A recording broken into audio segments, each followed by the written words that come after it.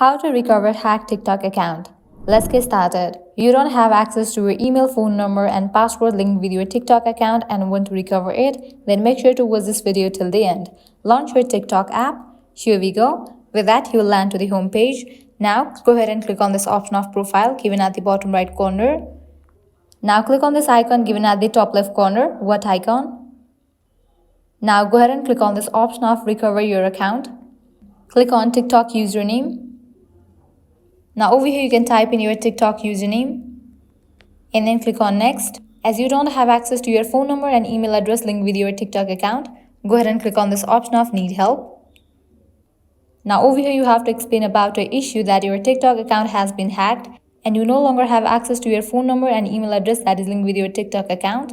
Make sure you mention your new email address that you have access to, and then TikTok support team will contact you through that new email address. Likewise, type in your TikTok account's credentials such as username and your old phone number and your email address.